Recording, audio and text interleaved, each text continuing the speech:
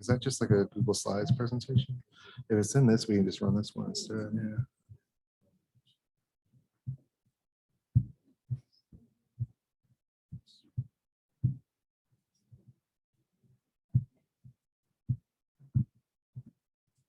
So it's supposed to be embedded right here. I can just go without it right now. Okay. And I don't want to mess with the flow of everything here. I'm on Zoom. Yeah, it's good. Okay. Oh, great. All right. Well, I'm going to introduce our first speaker today. Thank you all for coming to the collaboration and community engagement session. We have Bryan Patterson from Johnson C. Smith University, and he is going to talk about empowering citizens with a voice and role in municipal stormwater, the project Our Voice, Our Water. And just so speakers know, I'm just going to put this folder up. I'll kind of wave it when you have 2 minutes left. We're trying to keep our talks to about 15 minutes so that we have time for Q&A. All right. Good morning, everyone. Morning. So thank you so much for being here and letting me get a chance to share a little bit about the work that we've been doing in Charlotte. Our project is titled Our Empowering Citizens with a Voice, the role of municipal stormwater, our voice, our water. And so here are some of the sponsors here. I have a lot of slides, so I don't want to spend a whole lot of time giving too much detail, but I do want to recognize our sponsors who graciously supported this research. One of the unique things about this research, it started right when COVID happened. So when I say March 13th, 2020, we got approval in January, February. We started our first project on that particular weekend. And so as you see here, this is in a picture of or some of the principal investigators, myself. We also had members from Rising Solutions, as also members of the AmeriCorps team to be a part of our research team. One of the things about this unique project is that we looked at 3 different communities in the Northwest corridor of Charlotte. Now, this particular area is historically been what we call a very historic part of Charlotte, but also connected to a corridor that links directly to down to the city, historically African-American, primarily as far as population. One of the unique things about this partnership is that we wanted to bridge the gap between where there was a disconnect with the communication of not only the citizens, but also the city and the county. Oftentimes when we looked at the different challenges that happen in Charlotte or many communities, is that, well, that's their responsibility, or who owns this, especially when it comes to stormwater, or when your driveway is flooding or your basement is flooded, you're asking, well, who's responsible? But one of the things that's unique about this project that I'll share a little bit more about is that we also was very successful in creating the opportunity and building bridges and relationships. And you see here, not just with the stormwater services, but you also see Keep Charlotte Beautiful and also county solid waste. So in essence, the purpose of this research was really built around looking at these 3 communities, fostering a sense of community engagement, enhancing this relationship between community partners, and also linkages between stormwater. Initially, when I set out to do this research, it wasn't set up in a model per se, but as I started to reflect on this, we had 9 steps that actually helped this project really take off. And the first one is meeting the citizens. Naturally, some of the barriers, as you can imagine, during that time in 2020 was a unique time in our society and history, not only with the introduction of COVID-19, but also there was a big challenge as it relates to some of the racial justice issues that were happening in our society. And so as a part of that, as you can imagine, a lot of citizens, not just also understanding COVID and being locked in, was the idea of saying, well, how do we help this community re-engage, have a voice, have conversations? Because honestly, if you are like me, most of us went to a place where we had never been before. And meaning that everything shut down, we didn't see people, we were afraid to communicate. And so one of the things, we had to meet the citizens where they were. And so part of that step was not only reaching out through community leadership as it relates to community presidents, but also working in ways that we leverage technology. So surveys, looking at data from 311 calls, and then going to focus groups. And so meeting the citizens, we started with emails, phone calls. And again, I'm just going to give you highlights of some of the most important pieces here. Naturally, when we look at the ideas of implementation, we have three, what I would say, very unique leaders. When I say unique leaders, we have someone on the school board, someone who is a community activist, and someone who is just a retired gentleman who has such an investment in their community that they wanted to learn ways how that they can build not only bridges, but also engage others in their community. So bringing the linkages, again, our voice, our water. We did initially, as we started in this research, as I mentioned before, that made it kind of unique is that we started during this COVID crisis. And so when we think about how many people are actually going to come out and do a survey, or that initially it was going to be high touch, high demand as we were planning to reach out to our community leaders, that wasn't sort of our story. And so uniquely, we had to be creative. And so as things start to happen, we started to look at other ways where we were going to start to collect data. And so as a baseline, we also wanted to look at sort of a bigger picture. And so when you see the numbers here, it looks at a Greater Charlotte survey of county solid waste. And so when we look at stormwater, we're thinking about, well, what is that? What is the impact for these communities? And a lot of the communities are connected to Irwin Creek, which is a major creek that goes through parts of Charlotte, goes into the Catawba River. And so a lot of the connectivity there was really built around people who were seeing their, creeks in their backyards and trash and debris, and understanding what is the greater impact. And so again, as you look at some of the information here, we did look at the solid waste management and some of the surveys there to get some ideas of what are some of the concerns. Because again, we wanted to make sure that we align not only these communities, but the greater Charlotte community. And so what other people were saying with some of their concerns were around stormwater. And so part of the conversation was just asking, citizens and getting information. Do you know where the stormwater flows? How this impacts roads, sidewalks, how it impacts local creeks, lakes. And so when you think about considering flooding in your neighborhood, how many of you feel that this is a concern? And some of the things that were definitely shared was that some had more of a concern, naturally some didn't. And what you see here is a pre and post test. We looked at this before providing education, before reaching out, as well as after. And so that's some of the unique things about this study. The other thing that you see here that's at 100%, during this time, we were able to partner with the city and actually get the city and county to get actual events started again.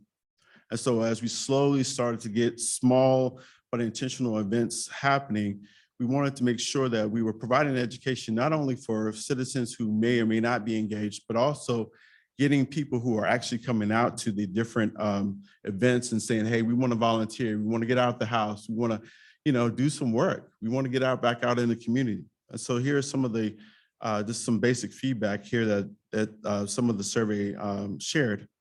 But one of the things that I thought was very important here is just looking at the details and why people would volunteer. Because again, when we look at some of these communities that we're working with, the idea of actually having someone volunteer and being engaged is so important. And so how do I maximize that opportunity? And so one of the things is that, publicity is important. Naturally, how long it would take, so the commitment for us time. But the most important part that we found out was knowing the details about the work and the time commitment. And so bridging that with communities that have historically said, hey, we want to do something that makes our community better.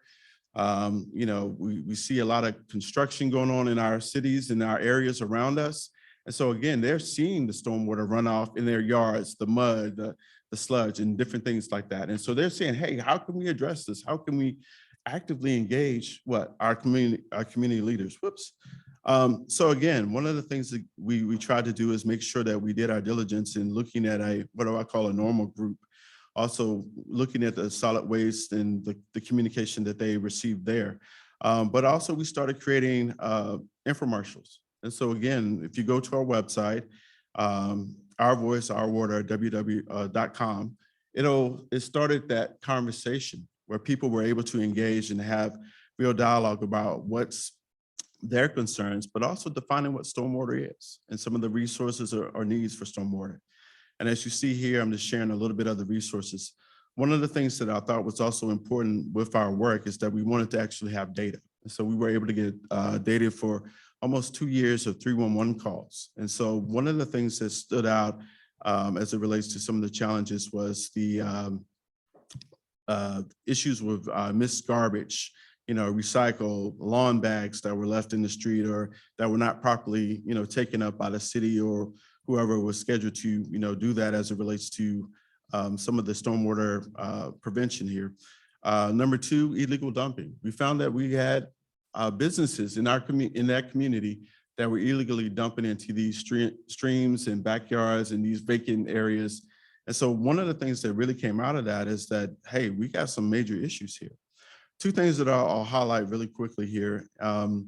Again, as we did look at the calls and did a real robust study as we looked at 2020 and 2021, but we also went back a couple of years and started to really go back and say, well, what other things have been happening here in these communities that no one has brought to light? Because again, you can call 311 how many other times you want to, but they weren't seeing the results. And so that was one of the major pieces here. If you notice here, the greatest issue was trash pickup in 2020, kind of the same thing in 2021. But one of the things that also that would also surface is the ideas that, hey, we are now looking at this and we're now being structured in how we're sharing these communications, i.e. we started a 311 having a voice virtual workshop. And so that was something that we did. And we had nearly 86 people participate in the call. The unique thing about this call, and as you see here, we were able to not only link the people in the community to this call, but we also provided the linkages between the city and county in this one big Zoom call. And so they had a chance to actually present on what they do and how to get connected. And so when you think about the connection that citizens who've been sitting in these areas or are living in these communities who have not had an opportunity to really talk to the right people, because again, as you make a phone call, am I talking to the right person who can make change happen for me? This was very monumental. And so again, I won't bore you with a lot of the details as it relates to the specifics, but as you saw with the chart, trash, illicit dumping, different things like that are part of the major challenges. But also, I took the next step in saying, well, we hear from you, but we want to also go a little deeper. And so we did some focus groups. So out of the participants, we offered to engage them in a deeper conversation. And we started building partners. And these partners are looked at as real system changers. And so when we started looking at not only the work that we were doing there, we were also looking at how do we make these assessments? Because again, it's not necessarily just saying, hey, we want to call the city and say, fix it. We want to actually go out and identify the areas where I need you to fix. And so that's the next step. And so we had people on our committee in our research actually go out and start mapping specific areas. And this is an area in one of the communities. And as you can tell, this was behind an elementary school. And so one of our projects that we participated in was actually one of the, a collaboration of the city and county. And the first one that we did it with just what I say is very small select group of people. And so part of that is really this, how do we start this process? And again, it started to trickle into what I call the big wrap up here and gain momentum. And throughout the last 2 years, we've had close to 8 different activities that were scheduled by us and working with us, as well as being able to not only identify problem areas in these communities, but also be effective in making change happen. And so I had a wonderful video that would speak probably 10 times more faster and give you more pictures, but I'm not going to be able to show it in lieu of time. But I will share this with you, and I'll end with this. The momentum continues. And again, just this past weekend, March 2022, excuse me, we went back into some of our targeted communities. And as you see here in the pictures here, We went back, and so the work still continues. So I want to end there. Thank you so much. I appreciate your time and your attention today. Thank you so much. There's one question from the chat, Dr. Patterson, and it's someone who's a member of an environmental group, and they want to plan a nutrition event for a community. So I know that's a little different than what you all did, but they're wondering how can they connect nutrition or food to the environment? Mhm. And are there successful strategies that would encourage people to come and learn how to improve their health? Absolutely. Probably that's a multi-pronged question that I would love to have a contact. And so I'll share my contact information. But absolutely, that's one of the things that we also wanted to do when we say our voice, our water. It wasn't really centered completely around stormwater. It was really about community engagement. And so what are the issues or concerns in the community that really needed to be touched? As a part of that, is kind of ironic that that was mentioned. Part of our way of reaching out into the community, we actually engaged community people, community leaders, and bringing them lunches.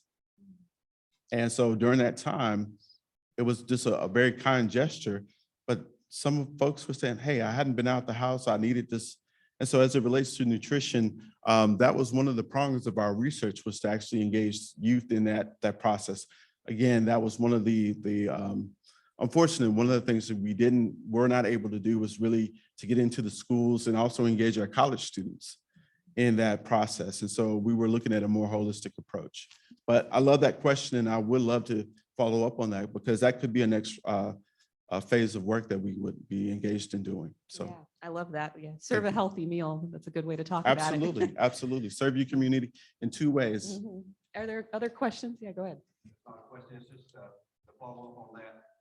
Whatever county did, the churches, they went to the county commissioners and they had them establish a cleanup weekend. Mhm. The county commissioners through their solid waste program supplied trash bags and then issued, different churches and different youth groups and stuff like that. So when you say engage your community, the best you start at the bottom level and go to the county commission. Absolutely. I'm glad you mentioned that. That was one of our target groups. We work with a lot of the local churches. And as far as our initial outreach, as you saw, one of those places, one of the churches, one of the mega churches in that community was the center point of where we all started that first initial cleanup. So again, we wanted to make sure that we had the visibility, but also the engagement. The last thing that I failed to mention is that to really engage the communities in moving forward, as a part of the grant, we provided each one of those communities about $1,500 as a startup seed money.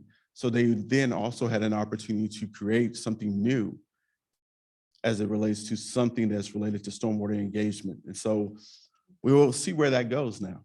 But I did want to just highlight the importance that the work still continues, just like I said, 2 years almost to the day. And so if you imagine this transition, it's been pretty awesome to watch and also be a part of. So again, thank you for your time. Yeah, And thank you so much. I'm going to walk off stage. Okay, so we are going to move to our next speaker. We have Grace Messenger.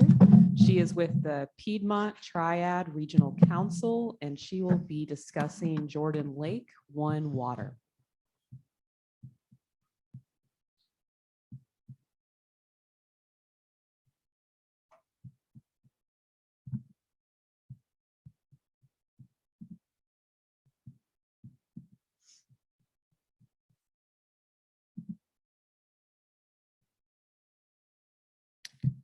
All right. Good morning, everybody.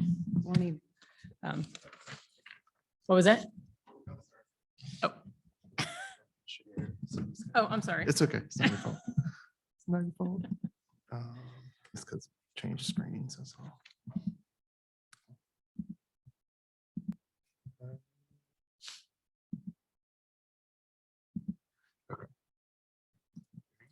All right. Thank you.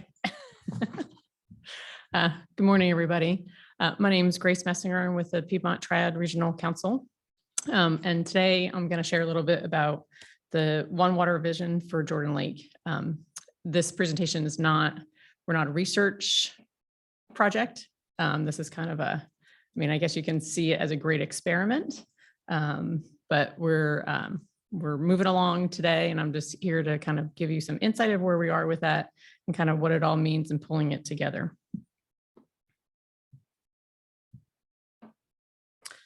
So like any good project, you need partners, and PTRC has been working collaboratively with the Triangle J Council of Government, as well as DEQ. And then I'll get into a little bit more about our other breadth of partners that we've been working on for the One Water vision for Jordan Lake.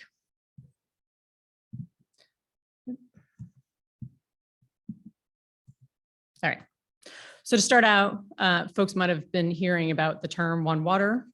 It's something that the U.S. Water Alliance has coined as a term, as a movement for many years. I'm not quite sure how far back they go, but in one sense, if the folks here today, it's intuitive. It makes sense that all water has value. We need to think of it in that sense.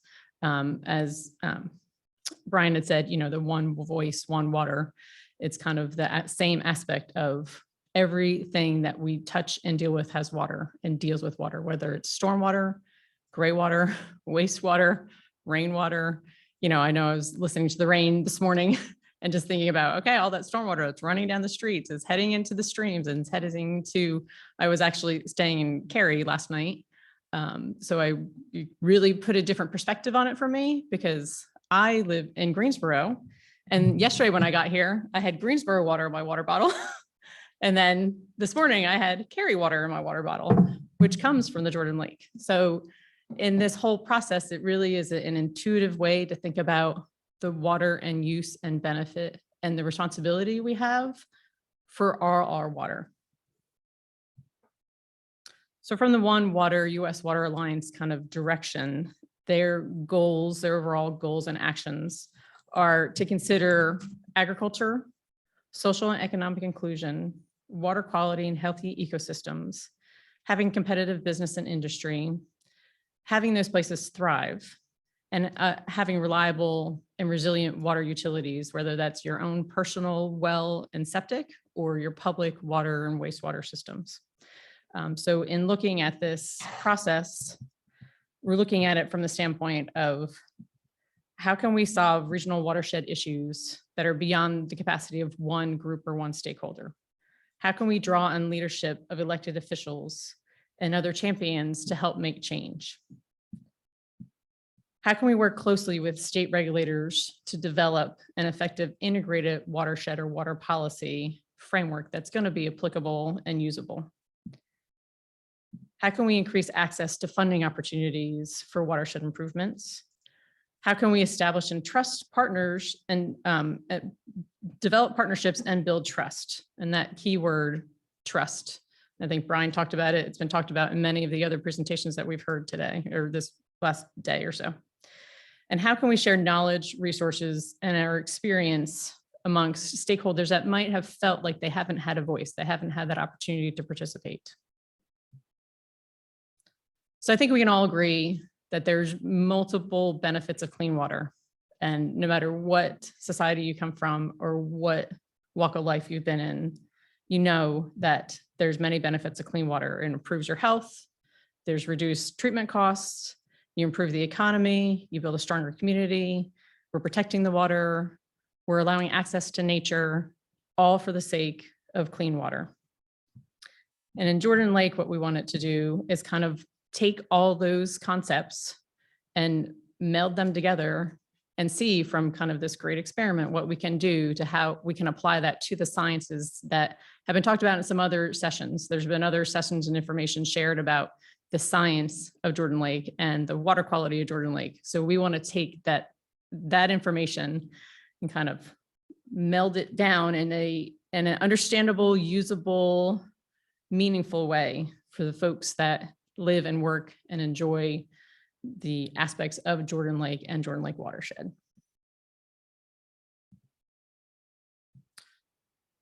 So basically we want to think differently for Jordan Lake. So to set a little geographic stage of where we are, Jordan Lake watershed contains 10 counties, has 27 municipalities. It's about 1 million acres. It was formed in 1983 through the damming of the Hall River. The land area, the lake area itself covers about 14,000 acres. It provides drinking water to Cary, Apex, Durham, Morrisville, Holly Springs, and Chatham County. So that's about 700,000 water customers. And it's part of the Upper Cape Fear.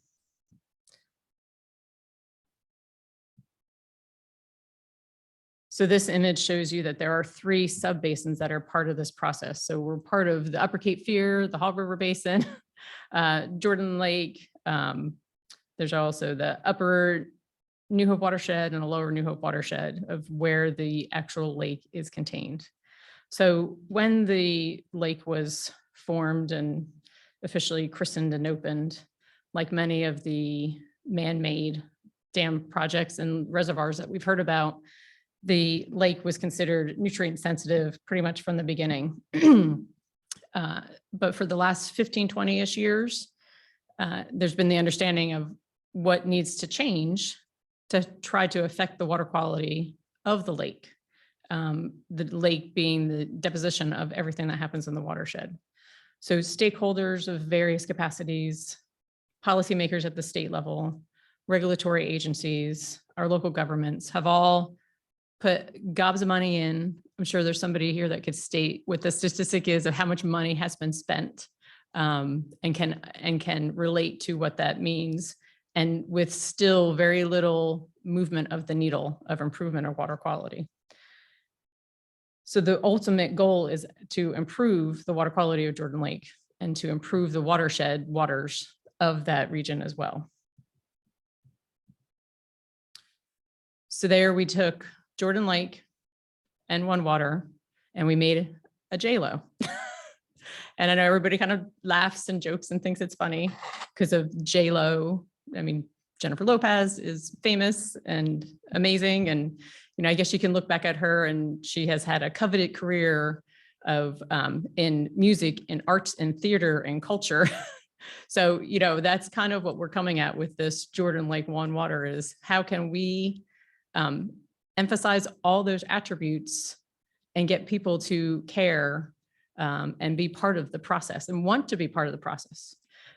So Jordan Lake One Water, our official kind of mantra is we're an ongoing partnership to facilitate cooperation and integrated water resource management by stakeholders in the Jordan Lake One Watershed and the Jordan Lake Watershed.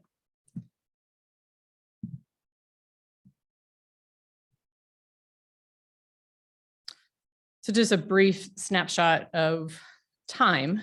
So again, the Jordan Lake was formed in 1983, and at the time was considered nutrient sensitive. 2009, there were the Jordan Lake rules, which addressed wastewater, buffers, ag, fertilizer, stormwater. However, when that came, those rules have come down. There's been contention, rightfully so. People have felt like they've been pitted against each other upstream versus downstream. And we don't want to have that anymore. And that takes, we're at the point of this organization or group that we have to kind of break down those barriers and those walls and those preconceived notions and kind of have a chance to reset. So if we could have a Control-Alt-Delete button, I think that would really help the movement of our process. But the point is we're here now at this point of time. And there was a recognized opportunity by taking this One Water concept, a very simplistic, understandable concept that Triangle J Council of Government felt very strongly about, brought in various stakeholders to participate in what in the U.S. Water Alliance's One Water training process, and brought in Piedmont Triad Regional Council. Because what you might not notice in the demographics and geography of Jordan Lake, it actually contains both of our Council of Governments. So we're kind of split 5 counties and 5 counties. So there was hosting interest meetings in 2017. And then there was the aspect of identifying funding and finding a group to support what kind of the behind the scenes movement would be.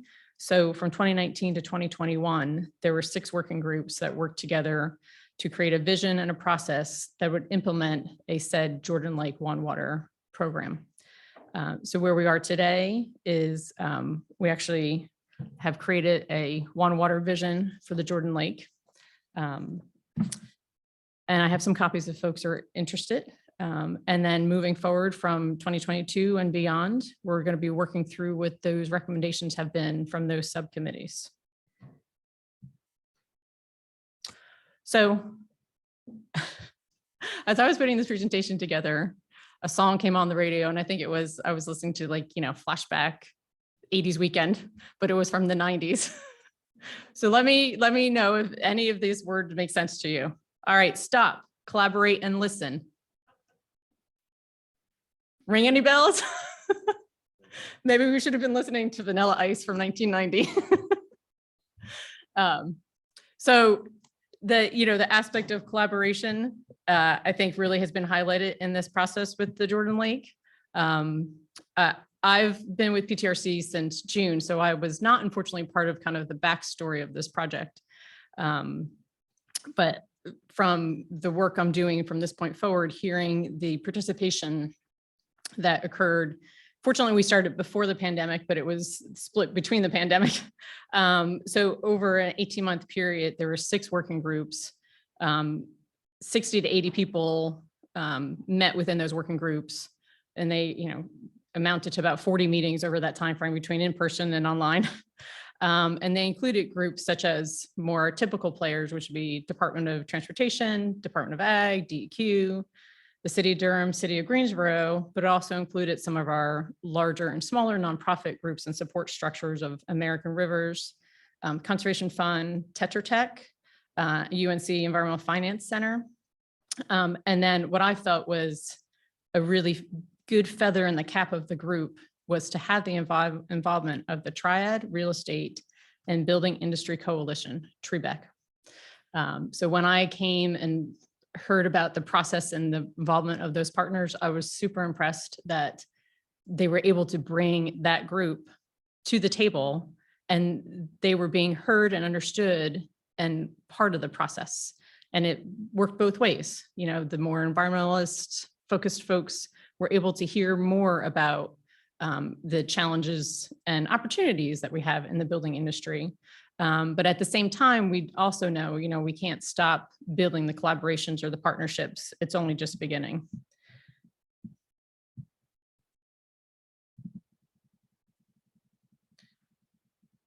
So to kind of just frame everybody's mindset for what community engagement is, which I know that's the overarching topic for today's session, is from the CDC in 1997. They've presented that collaboration is the process of working collaboratively with and through groups of people affiliated by geographic proximity, special interest, or similar situations to address issues affecting the well-being of those people. It is a powerful vehicle for bringing about environmental and behavioral changes that will improve the health of the community and its members. It often involves partnerships and coalitions that help mobilize resources and relationships and partners and serve for catalyzing changes in policies and programs. So the 6 working groups that were brought together looked at integrated water management. They worked on developing evaluation strategies. They discussed and researched feasibility of monitoring and reporting. And they looked at the financial structures, potential organizational structures, and then worked to develop goals and benefits. So something that came out of this was also another overarching kind of aha moment, which makes sense, is this triple bottom line. So looking at the accounting of water in regards to environmental, society, and economic uses. Nice to see that little boy with his head on his hand on his head, like, phew, it seems as if this is going to be a big task to undertake. But I think everybody is ready to make those movements. So just a quick aspect of triple bottom line evaluations involves, life cycle costs, flooding damage, greenhouse gas reduction, limiting soil erosion, addressing odors, some simple things that maybe people aren't really aware of and might be calling the call centers about complaints. So the Jordan Lake One Water Group has come up with 3 goals identified in that triple bottom line in regards to environmental, society, and economic. Environmental, to improve the hydrologic, geologic, and ecological function of the Jordan Lake watershed. societal to enhance the health, vitality, and well-being of the citizens and communities, and economic to foster a robust, prosperous, and viable economy in the Jordan Lake watershed. And we want to do this without adding existing obligations. And we want to help to make these everyday issues topics that the everyday voter and citizen care about. So we're approaching it in a two-step process. One, we had kind of had the planning initiation framework, and that came out to be this One Water vision document. So we're in the transition phase right now of forming a 501c3 nonprofit. We're working to build up the organizational structure as was suggested by the working group. And then we're working to identify funding and resources to launch that into either a charter member or other resources to support that. And then marketing, that's always a big issue, and getting the word out and getting it out in understandable chunks of information that everybody can participate in and connect with. So as I think has been said in some other presentations, there has been many studies. These are just a couple highlights of some of the more recent specific topics that have related to Jordan Lake and the protection of it and the movement to move forward into the future. And like I said, if anybody is interested, I do have a few of the hard copies of our One Water vision for Jordan Lake. And that's the end of my presentation.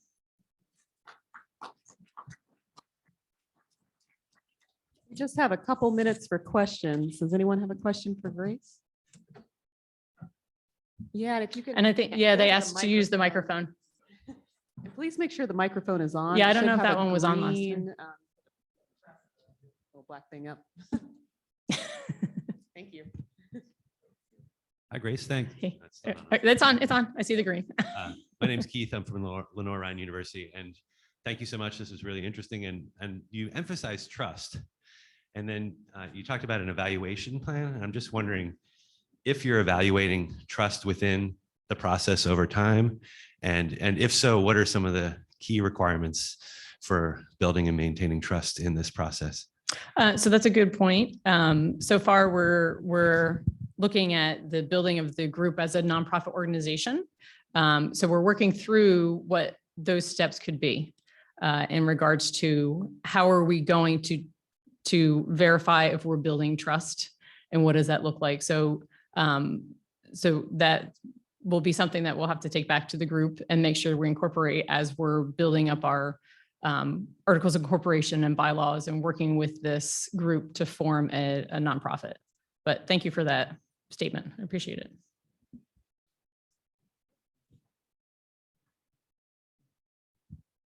Hey, Grace. Hey, it's on. It's exciting to see the progress on this. I was in some of those early meetings, so it's amazing what's been done.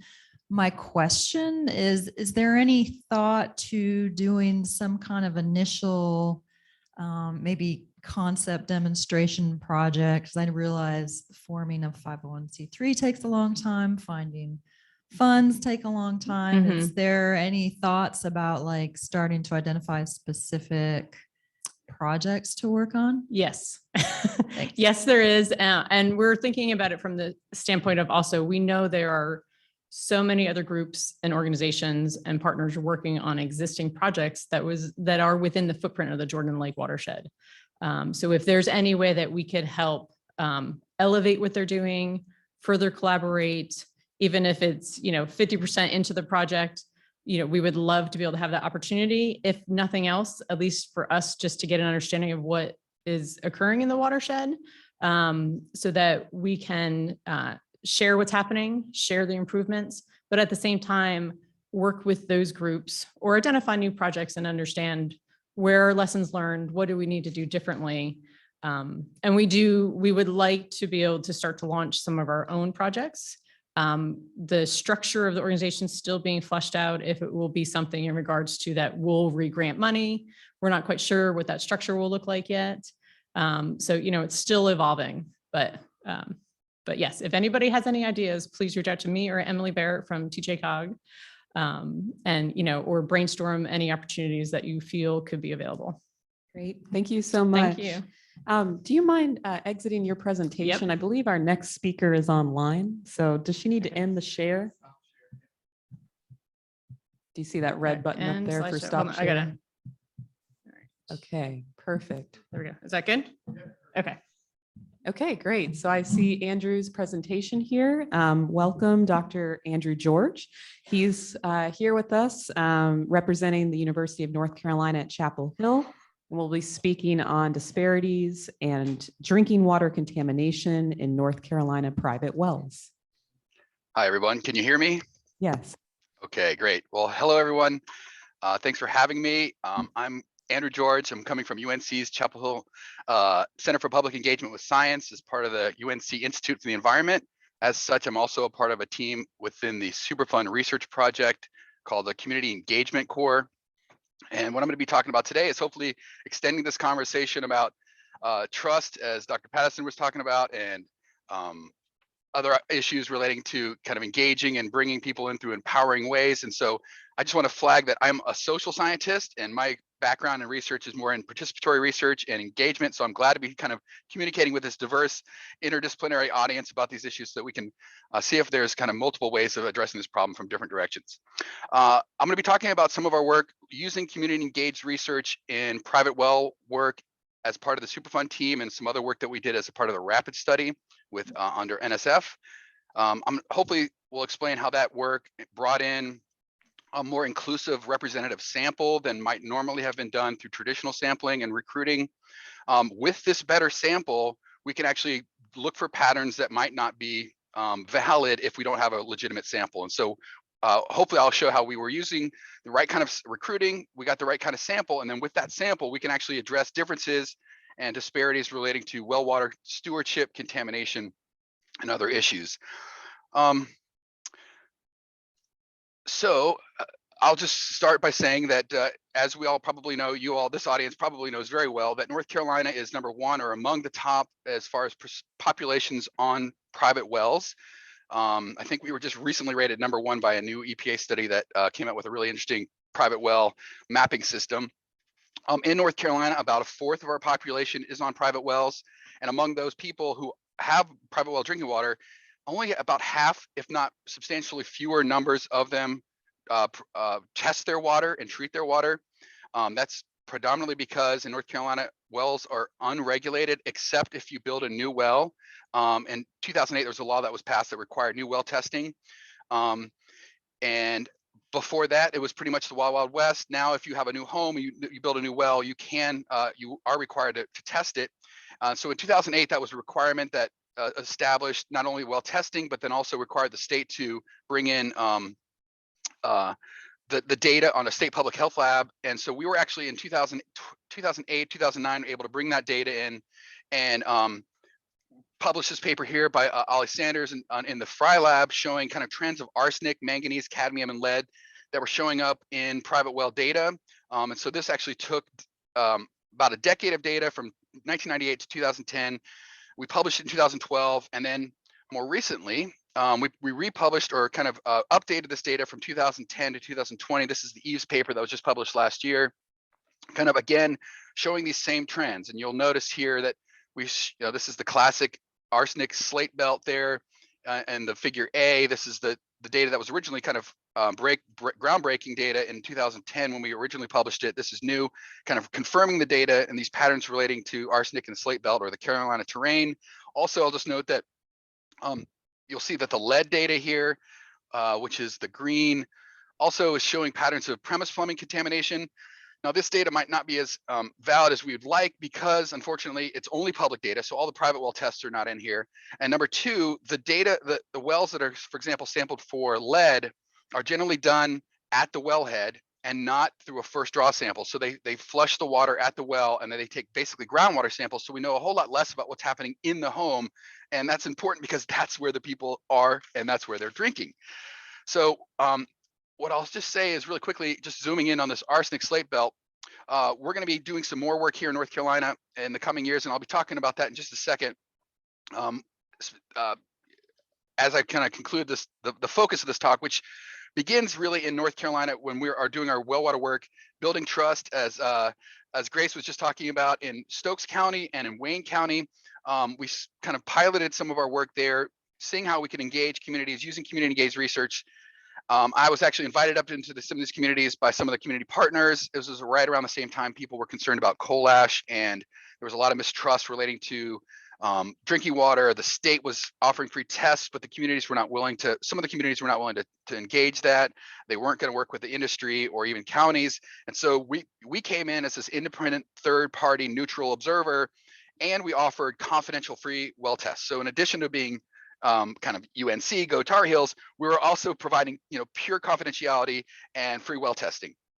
And as part of this project, we wanted to make sure that where we hit the ground and where we did our work was where it was most needed. And so that's why we were working in Stokes County as an example, and then in Wayne County in our Goldsburg community, which are predominantly communities of color, lower income, what we would generally describe as environmental justice communities dealing with disproportionate burdens of pollution. A part of that work, in addition to just coming and helping to sample water, we also were trying to make this community engaged research, which requires bi-directional conversations, kind of this horizontal conversations with the communities and learning from them as they kind of hear what we can do. And we want to know that we're actually, providing a service that they care about. So in addition to the confidential free well tests, they also asked us to do first draw sampling. And this is around 2016. Of course, we all know about what happened in Flint, Michigan. And then I'll also say that part of the community's request had us thinking about soil sampling because there were a lot of community gardens that people were relying on. And so they wanted to know if there was issues with contamination in their soil. So we were able to build that into the study along with the first draw sample.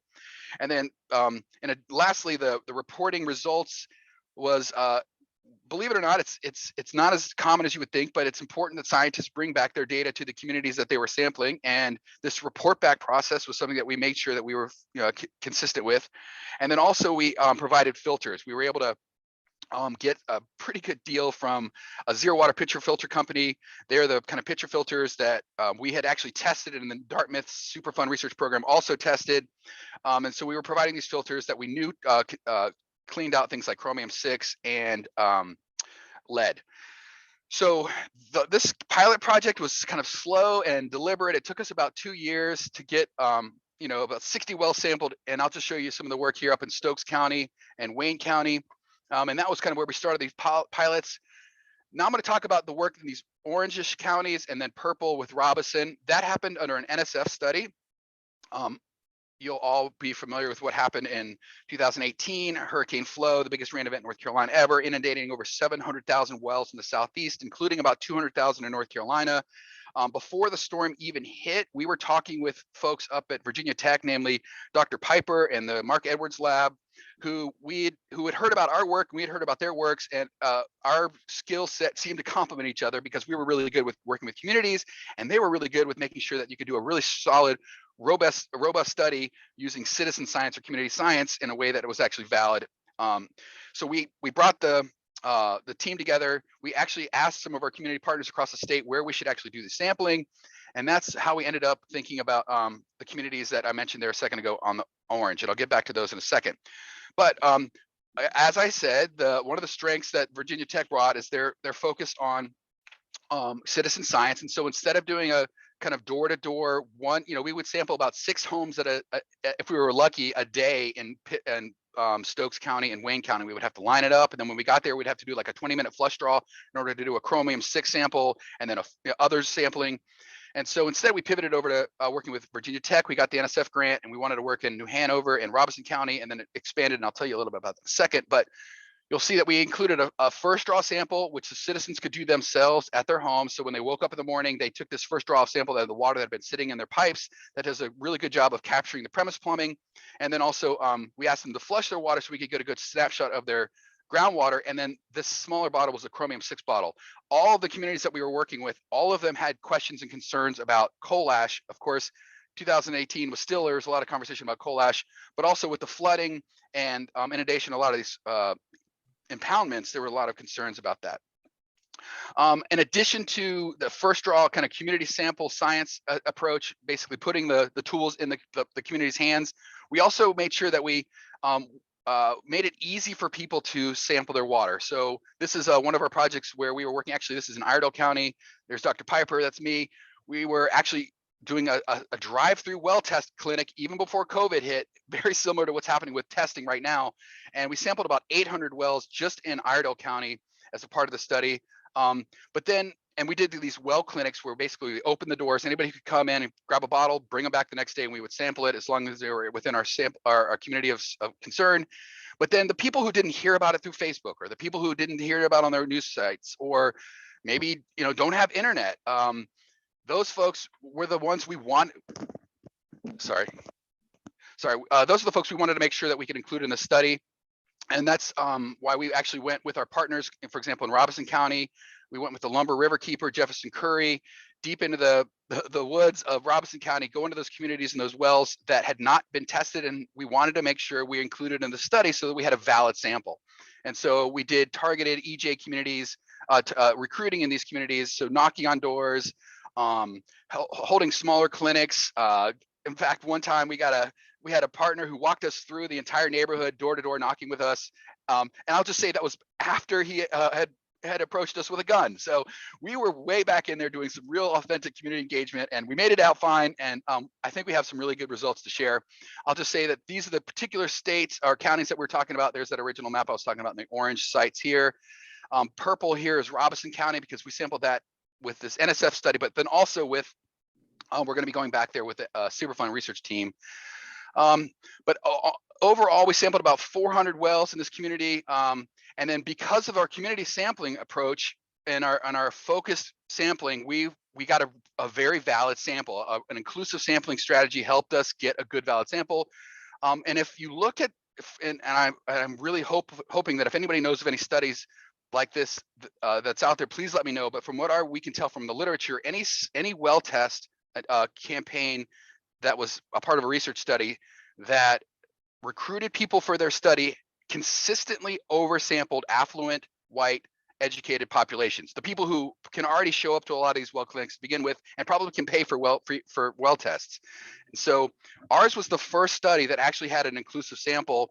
And with this inclusive sample, then you could do some really fun things like, look at patterns of contamination, look for disparities, look for testing and treatment stewardship findings.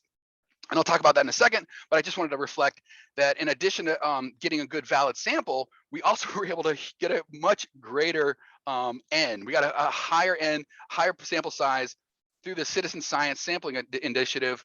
And then also making sure that we got into the communities that needed it the most.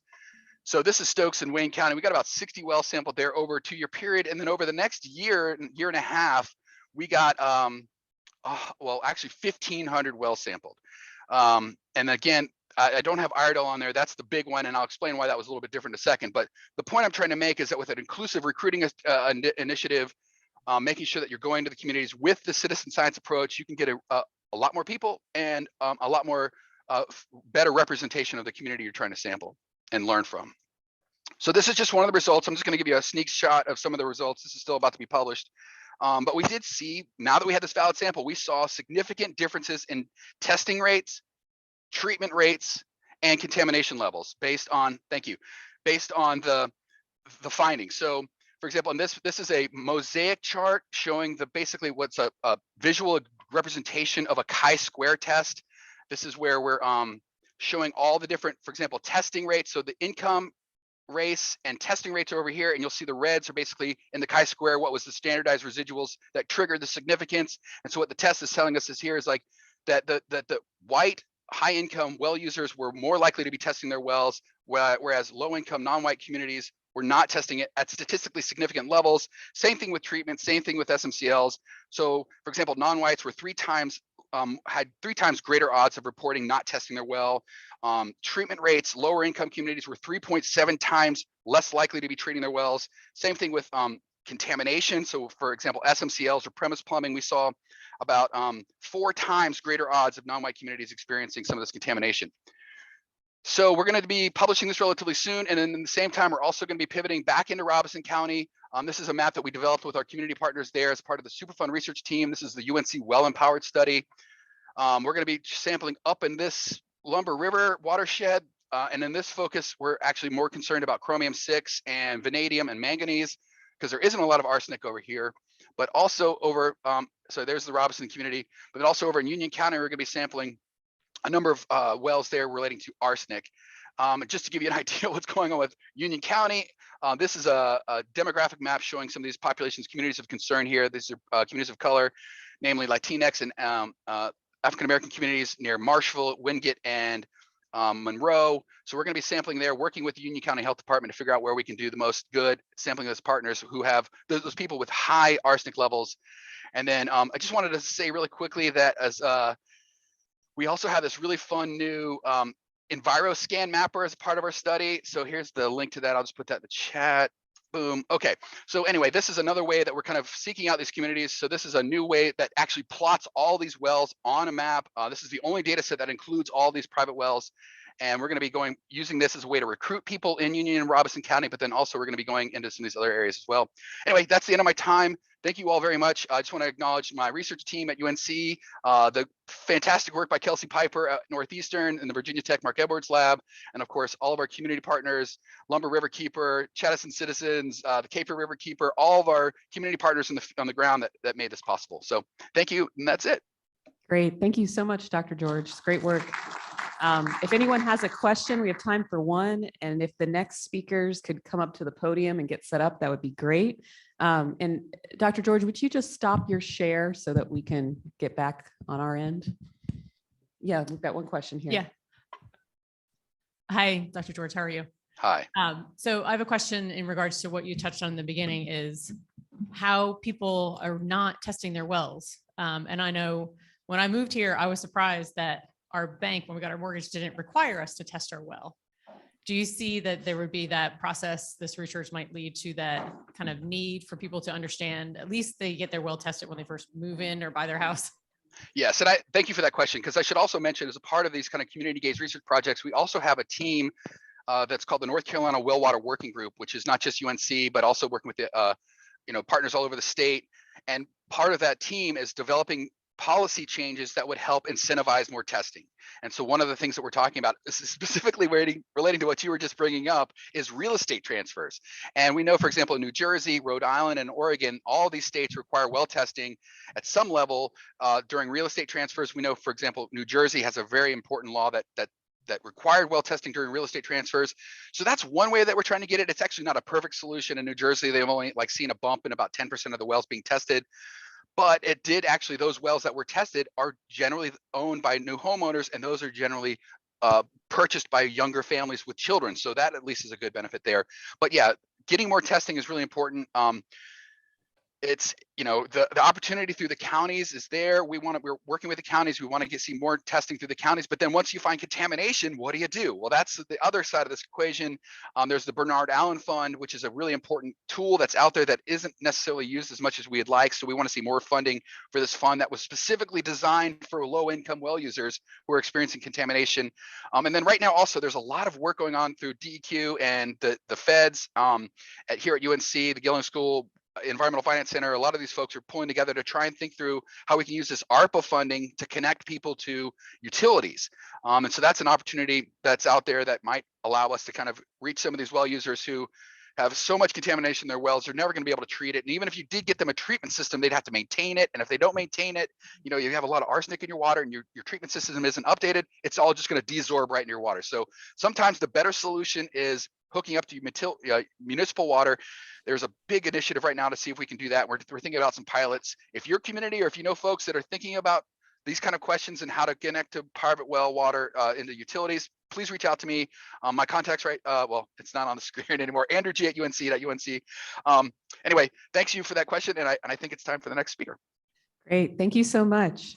We are going now to hear from Lauren Daniel and Rebecca Coppa.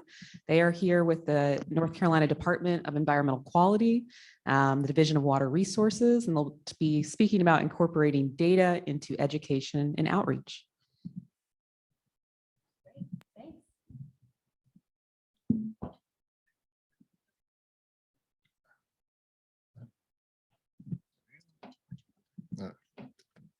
This will, if I turn it on. All right, it's good to go.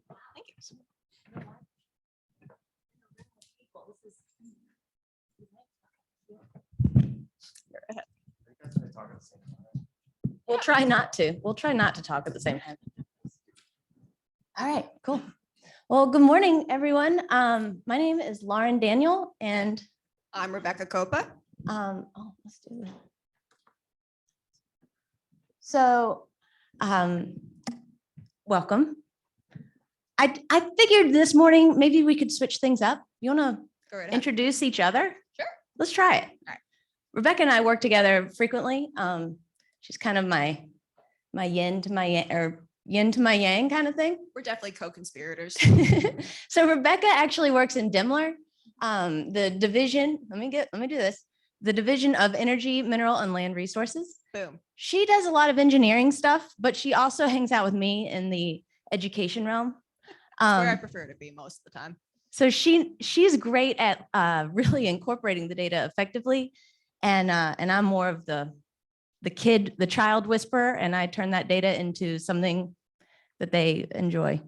Yep. I'd like to And think. Lauren Daniel is the water education specialist for DWR. She's the statewide coordinator for Project WET, and her other project baby is Streamwatch. Yeah, that's right, which we'll get to in here in just a second. So the objective of our talk here, this lightning talk, is to really talk about engagement. So as we get into how to use data to engage the public or K-12 students or anyone that's not us, basically, what would y'all say? How do you know when you're effectively engaging with the public? What are some signs? Yeah. Right. So Please check. repeat Thank you. whatever you hear, because otherwise. Oh, thank you. They respond. They speak to you. Yes. Anything else? How do you know when you're hitting that mark? Yes. Their behaviors, like what kind of behaviors? Can you be specific? Sure. They take action. They spend money, right? That's great. To better their campus or something like that. Anything else? So I think that we are effectively engaging with folks when they're asking questions. Like when we're out at like a trade show, or a festival, a water festival, when people are asking you questions, that's when I know I'm doing my job. So the objective of this talk here, I know that's a lot of words, but basically we want to incorporate relevant data, relevant information. And to do that, I like to make it place-based. Find out where they live, and then find all those maps that Andrew just showed, pull out that data point to make it relevant to them. Because, spoiler alert, in their classrooms, their teachers might be teaching about issues that we deal with right here using something that was printed in, Montana or another part of the country. So using data from right here is my secret key to success. So I just wanted to use this picture, but when it comes to outreach and education, oh man, we didn't get to the climate thing yet. So what are some things you do when you go out into the public? What are some ways you reach out to the public? You communicate with people? I like to do a lot of hands-on activities, get your hands dirty and really get a feel for bug sampling or, planting something. It makes people own it a little more. Excellent. And have those discussions while they're getting their hands dirty. Hands-on activity. I love bringing soil to the classroom because especially with little girls, they're like, ew, but they get right into it. They get into it. Exactly. Anything else? How else do you reach out to the community? Uh-oh. Well, let's mitigate that. Let's fix that. So we're going to do this super fast. I'm not even going to go through this because I've already taken too much time. Who knows what we'll actually do in the next 15 minutes. So, okay. So here's your first nugget that I wanted to share with you is of the pandemic. During the pandemic, we started this little North Carolina Climate Education Network. And it was really just a partnership. Really, if Rebecca Ward is online or something, it really stemmed because I emailed Rebecca Ward and I said, I need to teach about climate change more. I need you to help me with that data. So Rebecca said, you know what, you and the rest of the world, why don't we start offering some outreach? and educate folks just like you. I'm a classroom teacher formerly. So educate those generalists that are in the classroom to use relevant data to engage with their students in the class.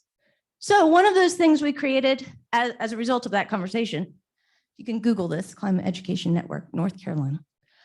We have this art challenge for folks, and we issued this last fall. We kind of sent an all call through all of our networks, and we invited K-12 students to take climate data and turn it into art. It doesn't even matter if you completely understand what that data, what that graph is showing. We want the students to engage with it, because at the end of the day, we want them to be exposed to it, and then ideally asking questions about it.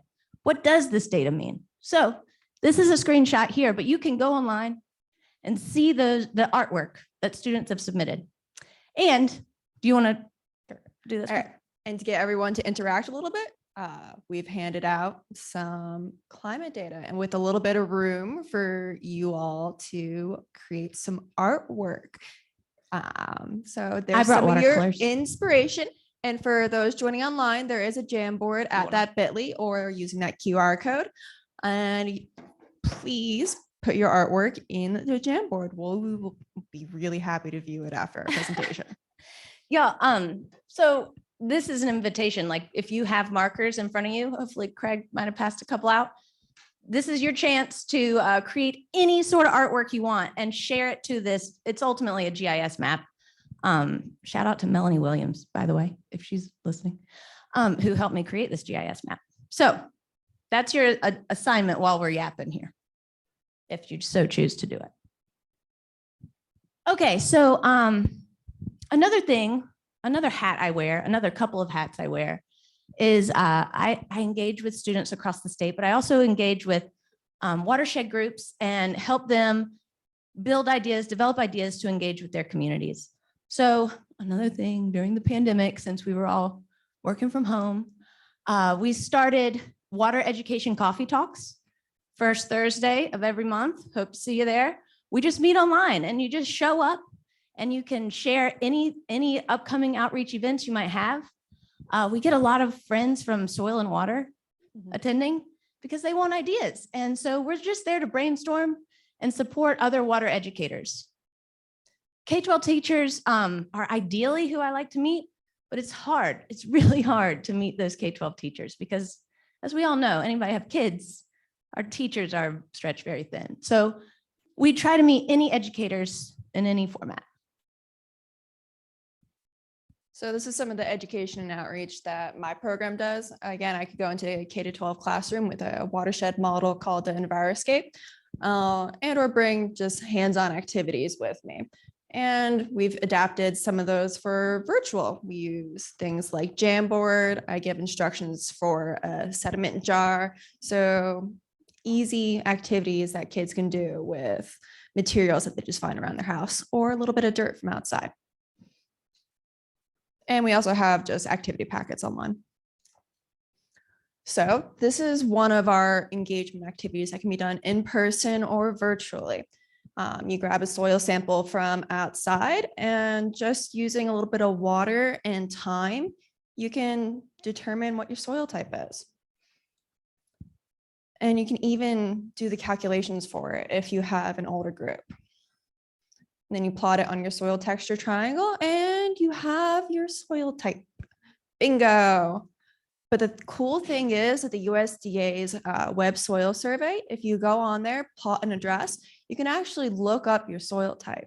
So you can do an experiment, pull in real world data and confirm how close you were in your experiment. So I love doing that. I love having an experiment and then being able to see what it is. To actually incorporate real world data into something that you're doing with your kids, students, and teachers. And another thing that you can do in real world is NC Streamwatch. So NC Streamwatch is another one of my hats, another one of my programs that I offer. And essentially what that program has become is another GIS map. I love GIS maps, y'all. I had no idea how much I loved them And I know I'm in like company here. I know y'all love maps too. But so NC Streamwatch is an educational tool where basically you don't need anything except for maybe a mobile device that has a little bit of signal. You can go out to a stream with any group with no prior knowledge. I like to think of this as perfect for like a scout group with a scout leader that just wants to take the kids out and do something. And they, in the environment. And Cam McNutt in the room, I always have to give a shout out to him. He helped me create this survey. But you can go out with no instrumentation and do just a visual assessment and have a discussion with those students, with whoever's in that group about how healthy is this stream. Look at the stream banks. How much erosion do you see? Look at how much trash is on the side. If you go out and do a trash cleanup, take a picture of how much trash you picked up. Because another thing Cam taught me is trash accumulation is a thing. And if we can document how quickly trash accumulates in a location, then that gives us good data to prioritize sites for stream cleanups. So this Stream Watch is kind of like a constantly developing program, because based on communities' interests, we're able to use the ArcGIS program to customize, the dashboard layout or the scope of the map. So if any of y'all are interested in utilizing this free program, I'm happy to help work with you on how to utilize it for your needs and even customize it, dare I say. Okay, show of hands. I didn't know how many of y'all would know about this. How many of y'all know about How's My Waterway? Really? I get to be the one that teaches you about this? Okay, so when you go out to whoever you're speaking with, I highly recommend you pull up this program, because what you can do, does the scan work? If you scan it, sweet. I never know if that'll go. But yeah, so the How's My Waterway app, it gets very technical if you want it to. In fact, from what I understand, North Carolina sends our very technical data to this map, but you can go on there and look up by zip code the data in your own watershed, wherever you are. Not just like swimming, like health standards. You can look up the drinking water data. It's you can kind of nerd out on it and just look at, what the water system is, the history of the water system that you get your drinking water from. So there's all sorts of really cool parameters you can look at, and making this place-based is what makes your students more motivated to learn about it, because you're not learning about water issues going on hours away. You can look it up by the zip code. And now, if you did draw something, scan your barcode and upload it, or a picture of it. So that way everyone can see your artwork. You don't have to put your name if you don't want to. Oh yeah, totally optional. And totally optional to upload it too. You can just hold it up so everyone can see. So now, I guess it's the moment of truth. We'll see how engaged you are. Are there any questions?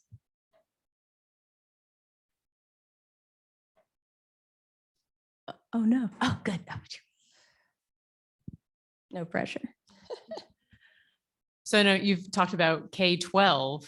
Have you taken these types of things beyond just a conference like this to the adults, and the adults that come to those evening meetings that are called on?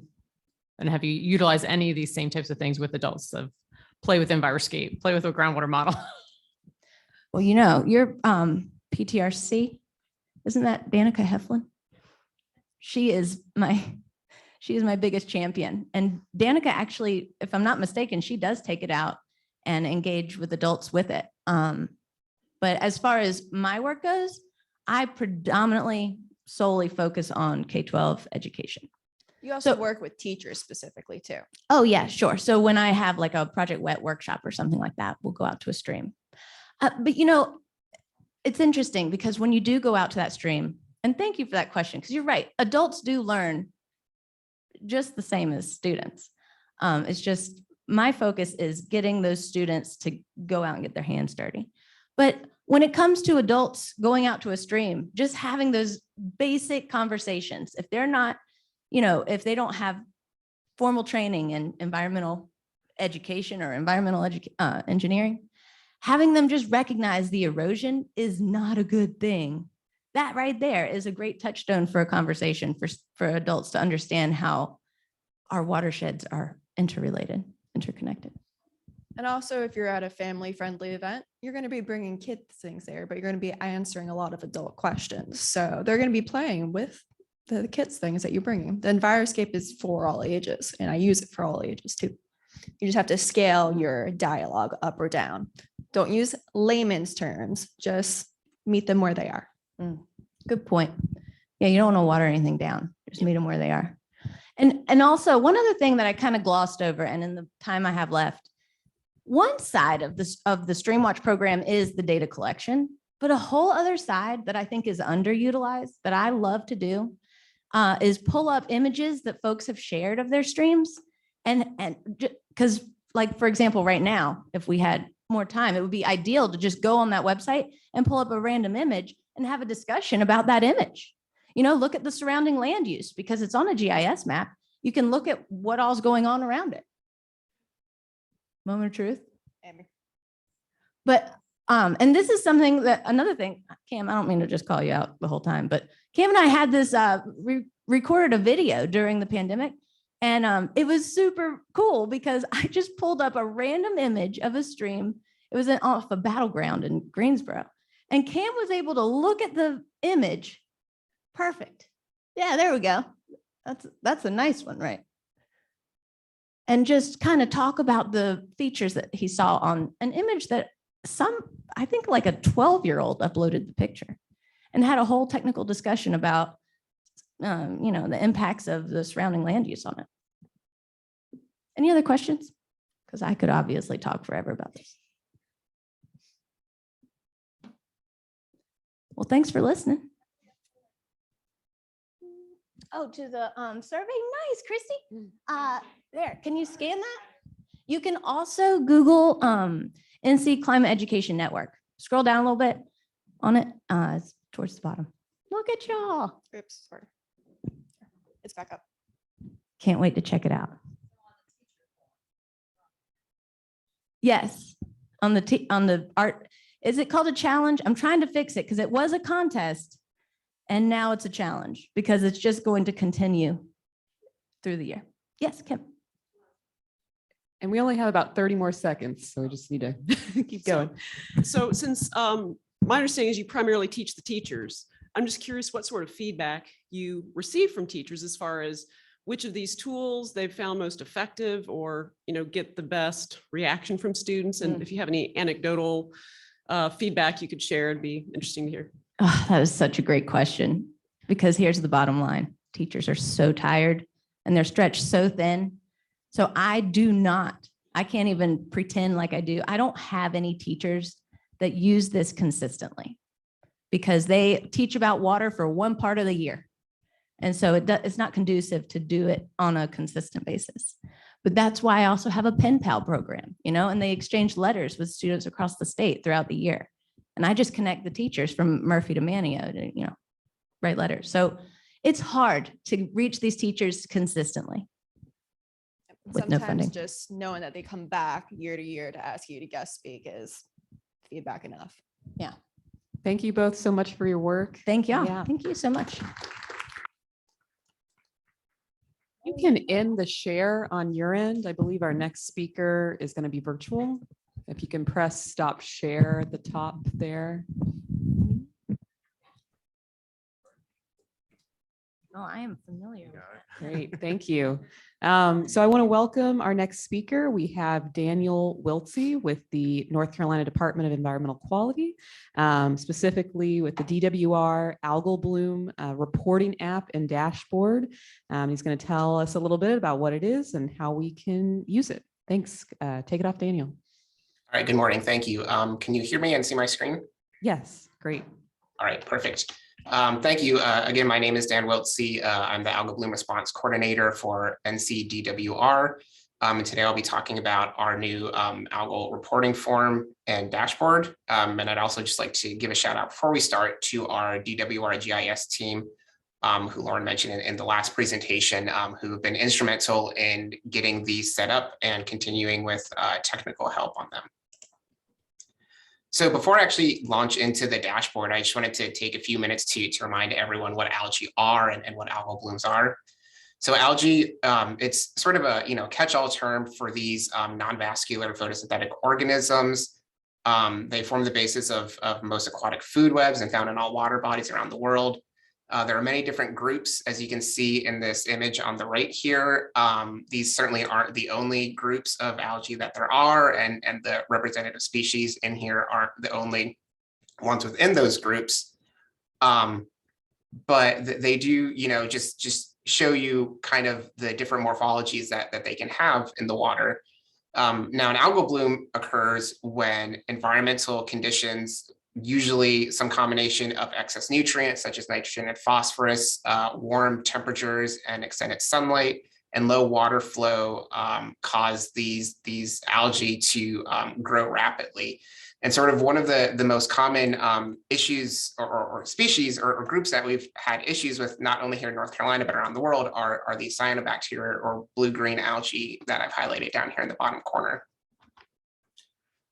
This slide shows some of the more common cyanobacteria that we see in North Carolina.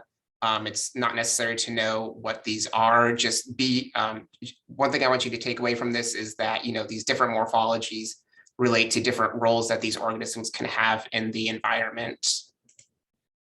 And so these slides just show some examples of what blooms can look like out in the environment. So you can have something where it looks like spilled paint on the surface of the water. It can look like the entire water column has been shaded green. You can have these clumps on the surface of the water. And so obviously just, not only from, aesthetically, effects that these blooms can have, they can also lead to fish kills via decreases in dissolved oxygen, which, can lead to interruptions with recreation, tourism, fisheries. But another big thing that we're concerned about are the presence of cyanotoxins. And so as the name suggests, these are toxins that are produced by cyanobacteria. They can have different health effects on not only aquatic organisms, but pets and humans as well, including liver, nervous system, and cell function interruptions. Currently, DWR, we only test for microcystin. It's this toxin I've highlighted in the top right. It's one of the most common and well understood toxins, but I also wanted to highlight some of the other toxins that are also relatively common in the environment. The interesting thing about toxins right now is a lot of the research is looking into why these organisms produce these toxins and when. And a couple of important things that I want to highlight is that one genera of cyanobacteria can be capable of producing multiple toxins. However, the presence of these toxic species in your water does not mean that the toxins are being produced. So this just shows a quick flow chart of what happens when we here at DWR get an algal bloom report in. So it usually starts off with either a citizen or staff reporting an algal bloom out in the system. If a citizen reports it and we have staff available, they'll go out and launch an investigation. They'll collect samples, send them in to us here at the Central Lab in Raleigh. We'll analyze them, interpret the results, write up a report, and if need be, follow up with either the citizen or go back out for another investigation. And so I'm really excited to be here and talk about this. I'm really happy with the reporting form and dashboard that we have available. These were developed, I think, in late 2019 to allow citizens to easily report and track not only algal blooms, but also fish kill events across the state. It's mainly two components. We have a citizen reporting form via Survey 123. The links for both the reporting form dashboard are listed here. I think these slides will be shared, but if you Google NCDEQ algal blooms and go onto our website, the links for both of them are also there and available. So as I said, the two components are the citizen reporting form and the dashboard. These are replacements for older versions of reporting form and algal bloom app that we had online that some of you may be familiar with. As I mentioned, this was launched in late 2019. And last year in 2021, we had a total of 144 reports submitted to us via these tools. 95 of those were algal bloom reports. And in total, since 2019, we've had about 190 reports, 108 of those being algal blooms. And so on the right here, I just have a screenshot of the top of the reporting form. When you log on, this is what you'll see. At least currently, we're in the process of updating it a little bit on both this and the dashboard. So they might look a little bit different, but the main information is still there. And so when you log on, you scroll down and it will show you different fields. You can enter the date and time of when this bloom first occurred, where it occurred. You can also, there's a section at the bottom that allows you to drop a pin on a map to show your exact location or where this bloom exactly is, which is incredibly helpful for us when we have staff go out to investigate. There's a section that allows you to fill in more information about the bloom itself, what other environmental things you saw going on at the same time that the bloom occurred, what the bloom looks like. And there's also a section at the bottom that allows folks to put in a picture of their bloom, which again is incredibly helpful for us as well. And so this is just a screenshot again also of the dashboard itself. And so once you submit the reporting form from the previous page, that will be populated onto the dashboard here. And so, this kind of runs on the same system as the StreamWatch app that Lauren showed in the last presentation. And I encourage everyone, if you're interested in this, to log on and take a look at this. It's fully public facing, interactive. If you zoom in on the map, these widgets on the left side and bottom will update to show you that information for that specific area that you're looking at. So if you're concerned for a certain area, you can zoom in and kind of see all of the reports that have occurred in that area. If you click on either one of these reports on the left-hand side here or on a symbol on the map, a pop-up window will pop up that gives all of that user submitted data that they filled in on the reporting form, including when these blooms or fish kill event occurred. As well as that information that they gave about other environmental conditions or any other information that they gave about it. And their pictures as well. You can log on to that, and you can notice that some of the symbols look different. That relates to where we are in our investigation. So as we get the reports in, we'll update it. And as we get more information, we'll log on and update that information as soon as possible so that folks can know they can log on here and try to get updates as quickly as possible. And so once we have all of our data, we'll log back on and we'll upload any kind of reports or final data analysis that we have about this report that allows citizens to be able to know what we found in the system. And so I wanted to take a few minutes to kind of, show some real world examples of kind of, how this dashboard has helped us here, at least last year, within the last year. And so, it alerted us to several different reports of bloom events across the state last year. One of the big ones, or a recurring one, was in the Chowan River. And so this is a system out in the northeast part of the state. It drains into the Albemarle Sound. This area has been known to have algal bloom issues almost every year since about 2015 or earlier, I believe. Last year, there were at least 14 reports that we got just on the river itself. These blooms were contained the Cyanobacteria microcystis and Dolichospermum, which are known toxin producers. We also had reports of blooms in smaller creeks and ponds within the area, as well as other reports in the Perquimans, Little, and Pasquotank rivers out in the northeast area as well. I don't remember when this picture on the right was taken, but you can see that it looks like spilled paint, on the surface of the water. And I don't remember if this occurred with this picture, but a sample that we collected in July last year contained over 350 parts per billion of microcystin.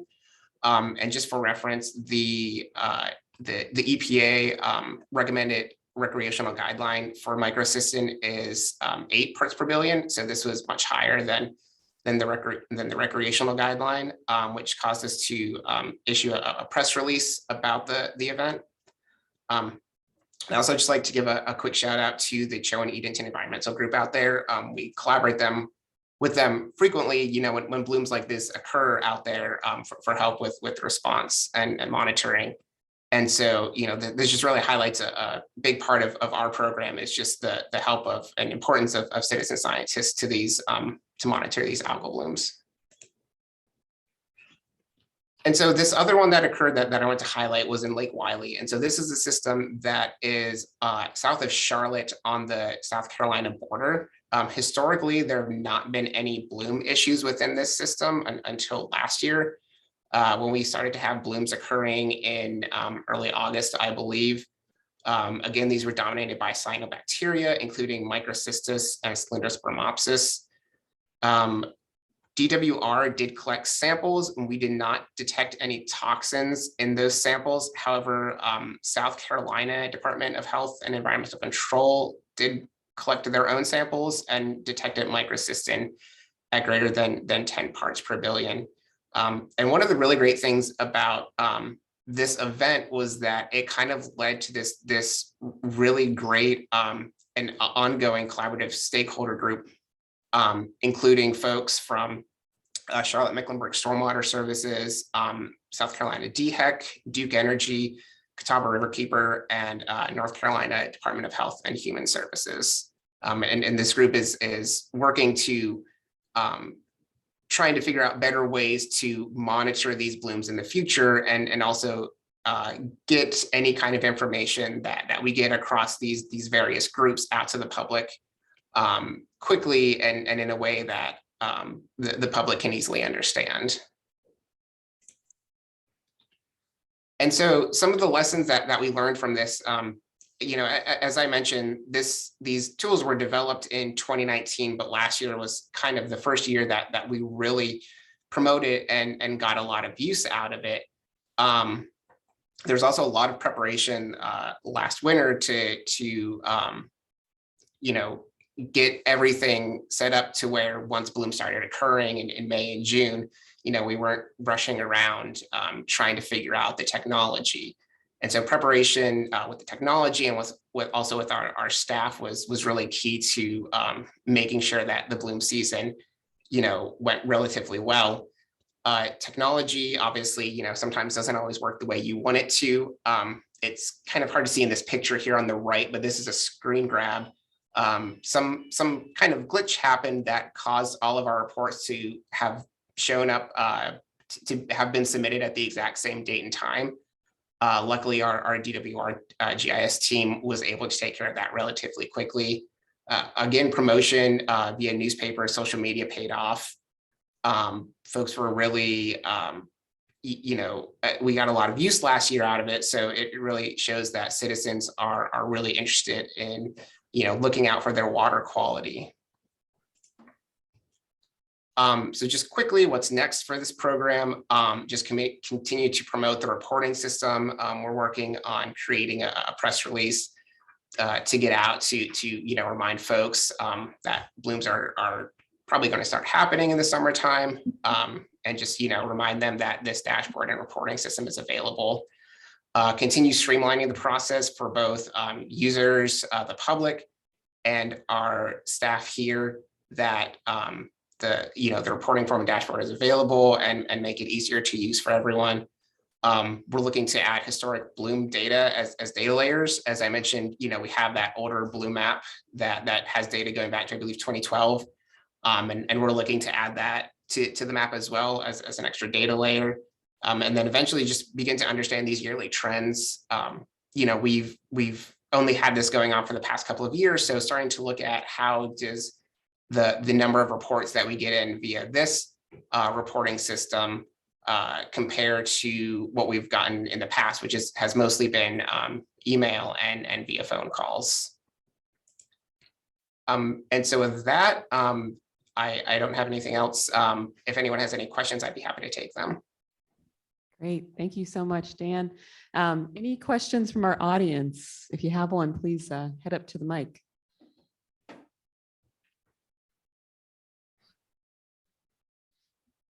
Yeah, I just want to say, I think all of this ability to, submit information from the public when we're seeing these kinds of events, it's super important. I know there's a lot of health issues that go along with these blooms, and I'm a lot more careful about swimming than I used to be because of them. And let me see, any questions? Okay, I think we've got a quiet group today. Any final parting words from you, Dan? Just to follow up on you said, yeah, I completely agree. We still have the ability, obviously email or phone call is still a fine way of getting in contact with us, but actually having that information, especially the part that I really like is being able to pinpoint exactly where the bloom occurred, and then also getting a picture of it is really beneficial for us. Sometimes we've gotten reports in where we've been able to look at it and say, oh, it's duckweed, it's not an algae, it's not something that we can do anything about. And so that saved our staff a trip out into the field. And so I think something like that is really helpful for us. And again, as you mentioned, it is a public health event. And so we do work closely with the DHHS whenever we have these blooms and they do have toxins.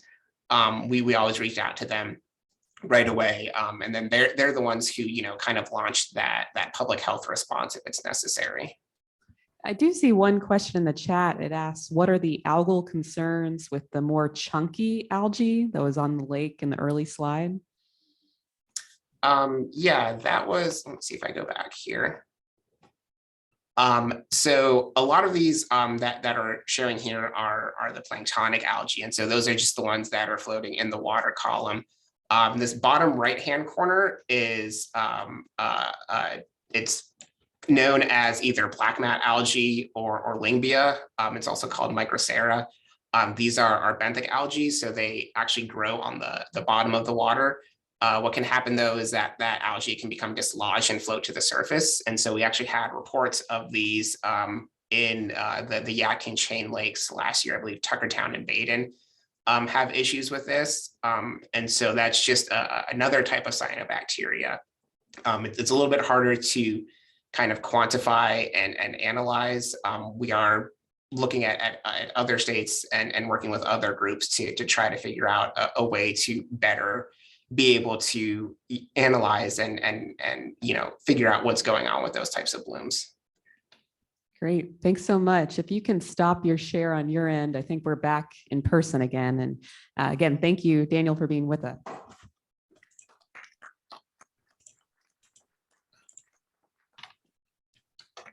Okay, our final speaker for this session is Jaclyn Best with Dr. Best with East Carolina University.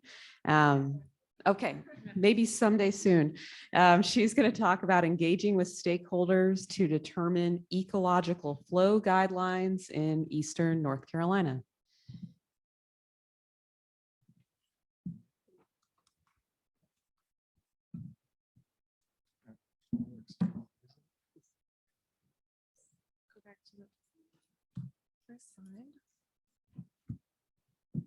Okay, good morning. Morning. Yeah, my name is Jaclyn Best, and I'm not yet a doctor, PhD student at East Carolina University, studying integrated coastal sciences, and here to share with you today some results from my work with engaging with stakeholders to determine ecological flow guidelines in Eastern North Carolina. So to start, this is a picture I took on the mighty banks of the Trent River Basin, where we're doing some field work as a part of the larger part of this study, looking at trying to assess the ecological flows of the Trent River. If you want to hear more about the natural science side of that project, Dr. Robert Christian will be later today sharing with you those. But to start also, what are ecological flows? So they are the stream flow necessary to protect ecological integrity. You may have also heard the term environmental flows. And it may not come to surprise of anyone in this room or online that river flow regimes have been degraded on a global scale due to human alteration, including directly taking water out of the river or diverting it for human uses. And water for ecosystems has been largely neglected for some time in water management. And this has stressed ecological communities even in the Southeast. We like to call it water rich, but not always the case. But there has been, of course, a growing recognition that water resources management should address both societal and ecological needs.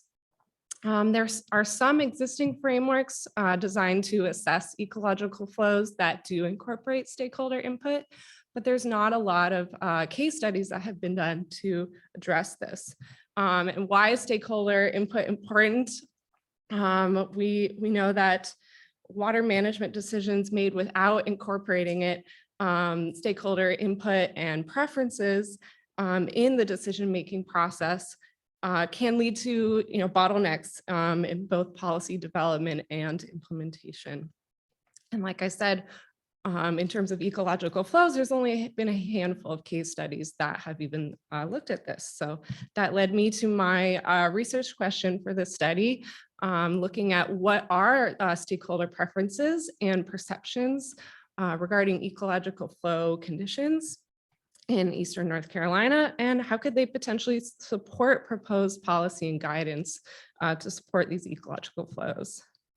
So to address this question, we developed a 20-question qualitative survey distributed online through Qualtrics, and I wanted to understand first, what were stakeholders' perceptions of ecological flow requirements, as well as related issues like low flows, declining flows, droughts, other changes in ecology and hydrology, as well as preferences on potential and hypothetical scenarios related to guidance and policies on how we can address low and declining flows. So I distributed this survey from October of last year up until just this last month, and the respondents were water users in Eastern North Carolina, mostly within the Neuse and the Tar River Basin, and distribution was done mostly in person, attending public gatherings, farmers markets, and some minimal online distribution through email listservs.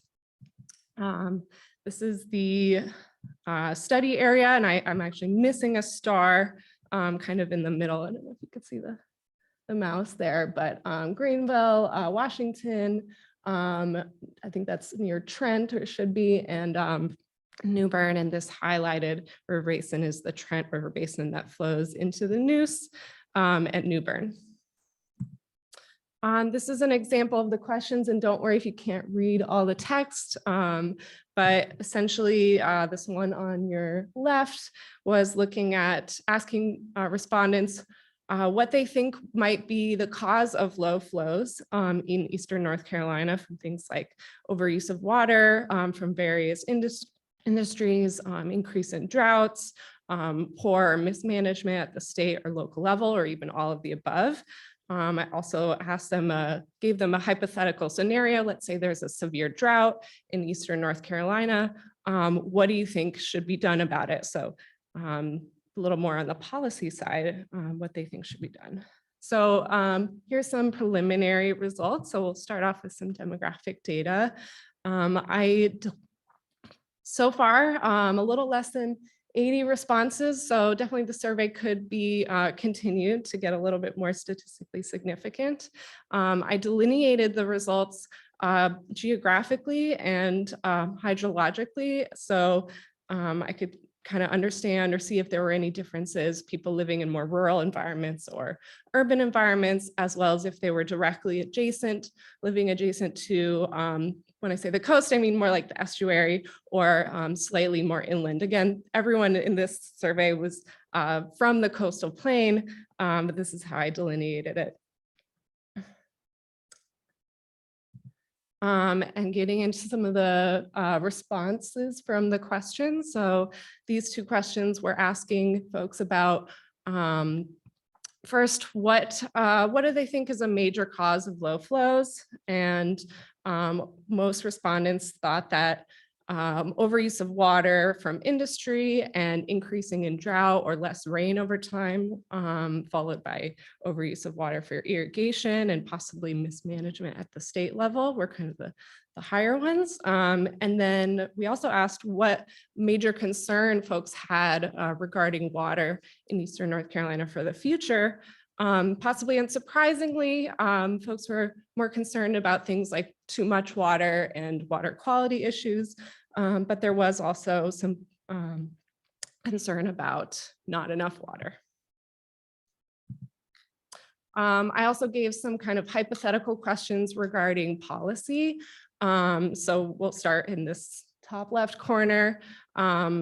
Given a state survey I conducted on how other coastal states address things like ecological flows or just water supply in general, I asked folks what they think could be done in terms of or what they would support in terms of a top-down policy. And folks were more supportive of things like requiring water meters for large users, or water permits, maybe only during a drought. And they were a little less supportive of requiring water permits at all times for large users. I also asked a question about public participation. That's a research interest of mine. And I asked them if they would support things like just being notified of water decision changes, whether they would like to be involved in commenting on decision making and commenting on changes, or being directly involved with decision makers. And not a lot of interesting results came from that. I think if I were to reword that question, I would want to understand how they would, if they would be involved, and maybe that would be part of some follow-up. I also asked questions about financial incentives in water management and what types of options that they would people would support. Things like tax rebates and state subsidies were pretty high over things like voluntary compensation for reducing water, being more water efficient. And then I also gave two kind of hypothetical scenario questions, one about pollution. If a identified polluter were to directly dump some undiluted wastewater into the river ecosystem, what do they think should be done about it? And respondents were more likely to suggest that we should have more preventative measures like increasing capacity of wastewater treatment or storage, rather than things like having the polluter pay for damages or to clean up the pollution they caused. Similarly with the drought scenario, so that was the question I said, there's a drought, what do you think should be done? Again, preventative measures reigned over more kind of top-down policy, like restricting water use for commercial or just for everybody.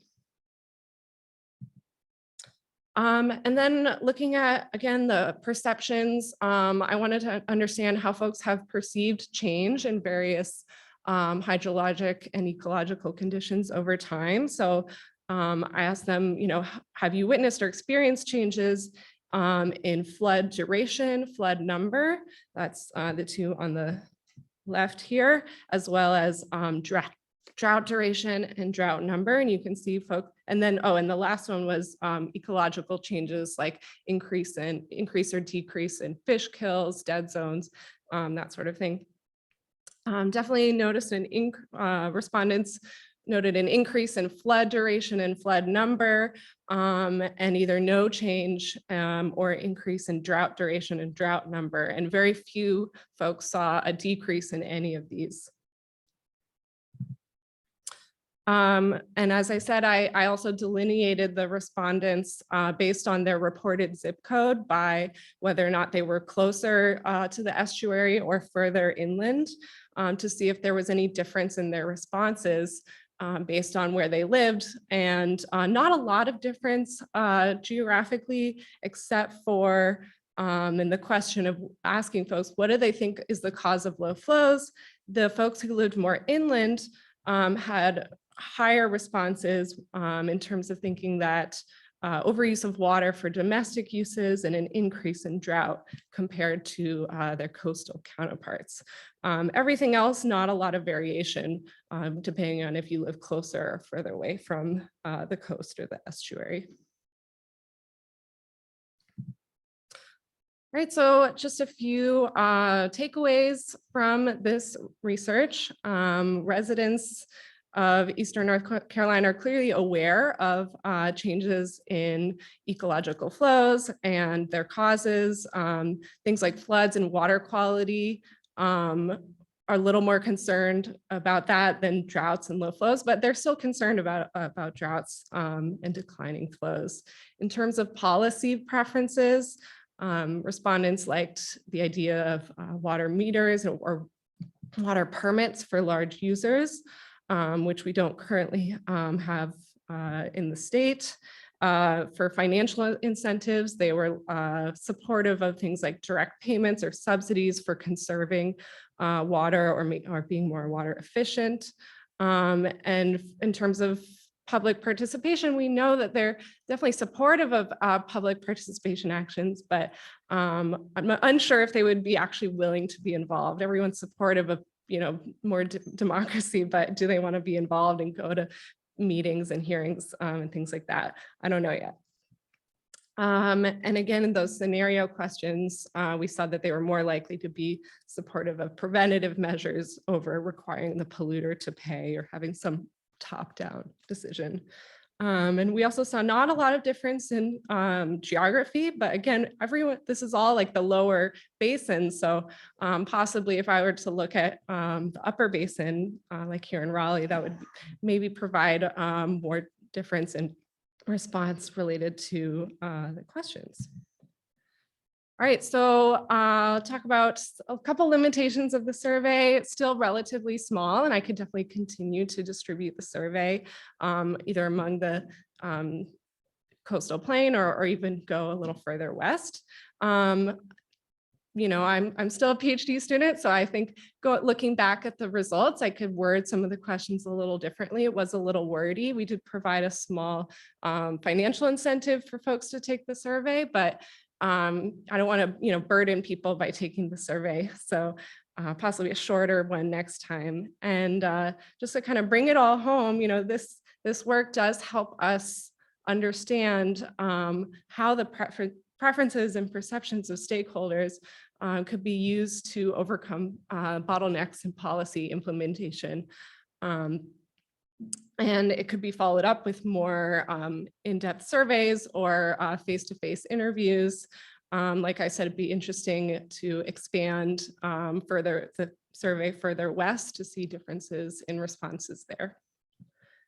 And I just want to thank the Albemarle-Pamlico National Estuary Partnership and their Ecological Flows team, as well as the entire Ecological Flows team. And if you want to hear more, again, about the natural science side of our project, definitely come back. I think it's in this room. Dr. Robert Christian will be presenting about that, as well as Mike O'Driscoll, Guy Everson, Jacob Peterson-Perlman, and AJ DeCepolo. That's all I got. Thank you so much. Yeah, thank you. And if there are any questions for Jaclyn, please head to the microphone. I appreciate the social science focus. I'm also a social scientist, and writing a good survey, it takes a lot of drafts. Yeah, very iterative process. Yeah, yeah. And the ecological flows, just that focus, it's interesting because I feel like there's probably not a lot of knowledge generally on that topic with the public. Right. I did provide like a definition of what ecological flows were, but I didn't really use it within the questions of the survey because even starting this project, I'd heard of environmental flows, but not ecological flows. So it's not widely well known as a term, but people know, when you're talking about low flows or changes in ecology. Yeah. Well, I imagine this is probably one of the only studies that looks at it from that kind of social science perspective and trying to understand people's perspective. So good work. Anything else? If not, everyone can head to the break and enjoy some refreshments. Yeah. Thank you.